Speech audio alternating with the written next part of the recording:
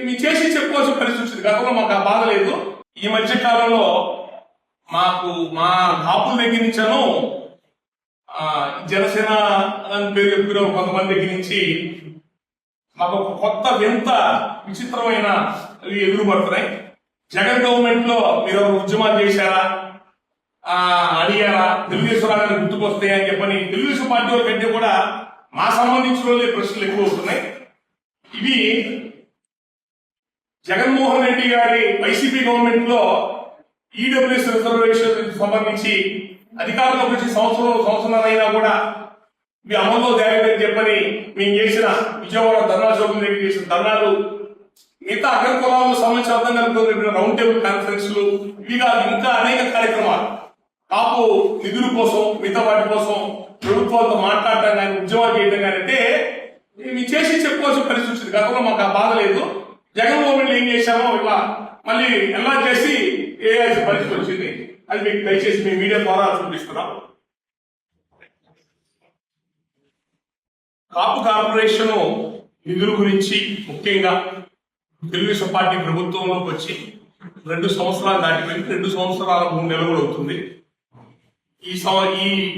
ఈ టర్మ్లో తెలుగుదేశం పార్టీ ప్రభుత్వం సంవత్సరానికి 3,000 కోట్లు ఇస్తానని చెప్పారు. ఇప్పుడు 2 సంవత్సరాలు దాటింది అంటే 6,000 కోట్లు. 6,000 కోట్లు కాదు, 6 కోట్లు కూడా వదిలిపెట్టలేదు ఇంతవరకు.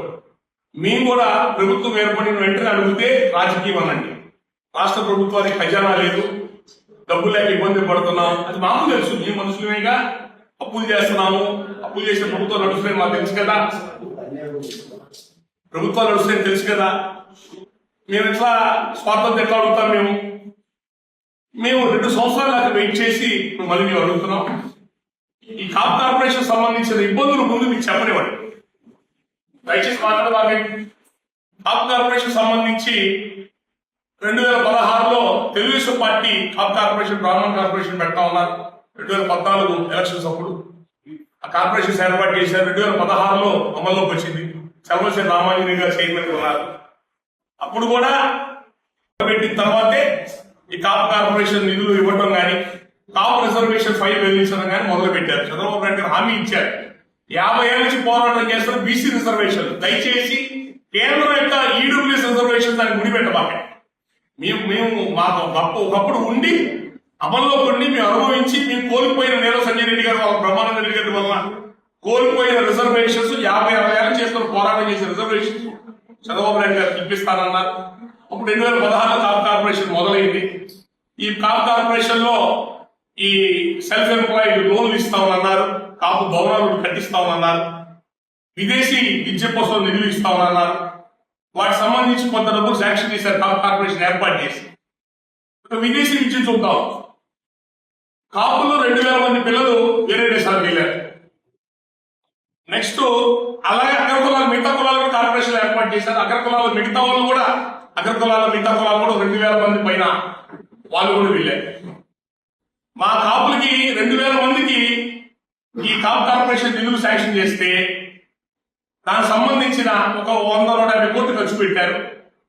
తెలుగుదేశం పార్టీ ప్రభుత్వం వెళ్ళిపోయినప్పటికీ తెలుగుదేశం గవర్నమెంట్ లో శాంక్షన్ చేసిన వాళ్ళకే పూర్తి స్థాయిలో డబ్బులు ఇవ్వాలి. ఆ డబ్బులు దాదాపు 135 కోట్ల రూపాయలు కాప్ కార్పొరేషన్ కాపు విదేశీ విద్యకు ఆగిపోయింది.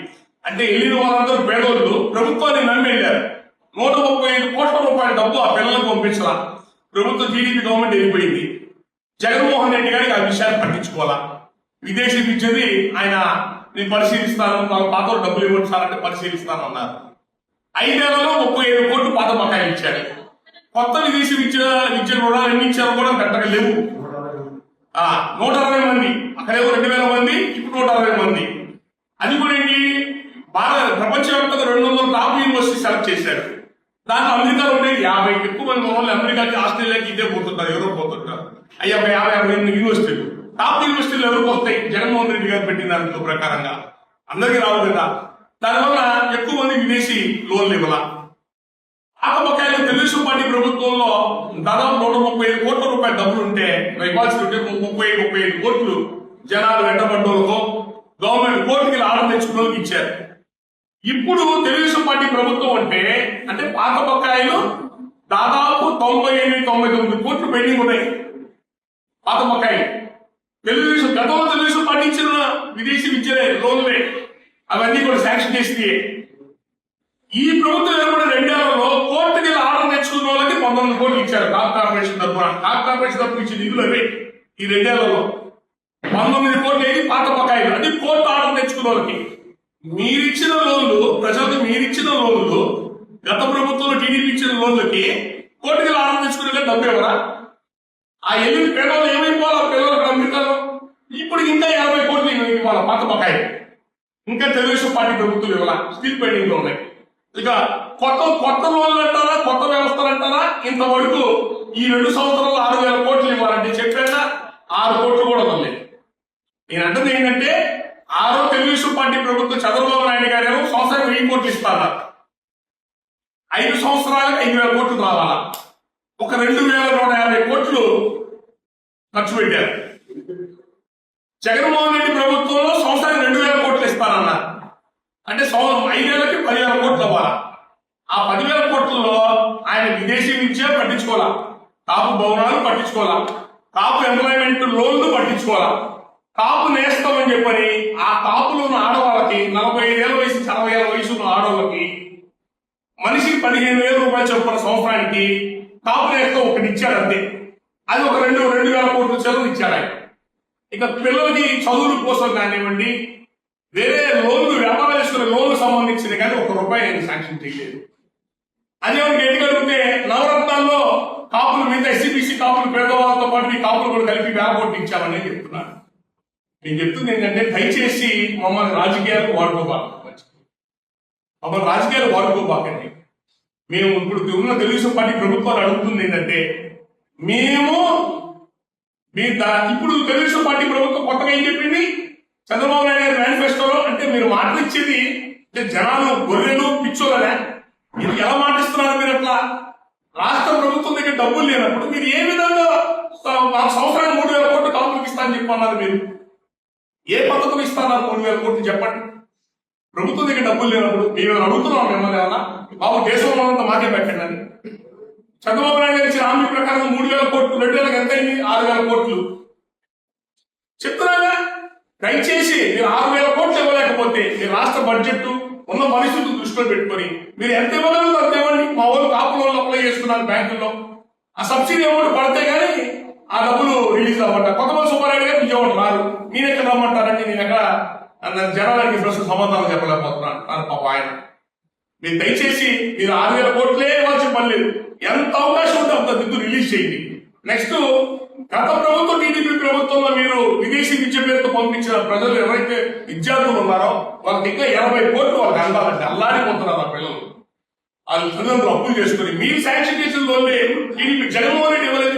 మీరెందుకు ఇవ్వరు? ఆ 80 కోట్లు తొందరగా రిలీజ్ చేయండి.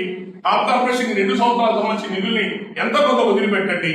జగన్మోహన్ రెడ్డి గారు కాప్ కార్పొరేషన్ లో ఉన్న కాపు దాన్ని విదేశీ విద్య, కాపు భవనాలు ఇలాంటి స్కీమ్స్ ఆపేశారు. ఆయన కాపు నేస్తం ఒక మహిళకే ఇచ్చారు. మీరు మళ్ళీ మీ పాత స్కీమ్స్ మీరు ఏ పద్ధతిలో కాపులు మేలు చేస్తారు? అంటే కాపుని మిగతా PCSC లాగా సామాజిక ఆర్థిక విద్యాపరంగా అభివృద్ధి కోసం మీరు ఏ స్కీమ్స్ పెడతారు? తొందరగా అమల్లో తీసుకురండి. మీరు 3,000 కోట్లు ఇవ్వలేకపోతే 100 కోట్లు ఇవ్వండి.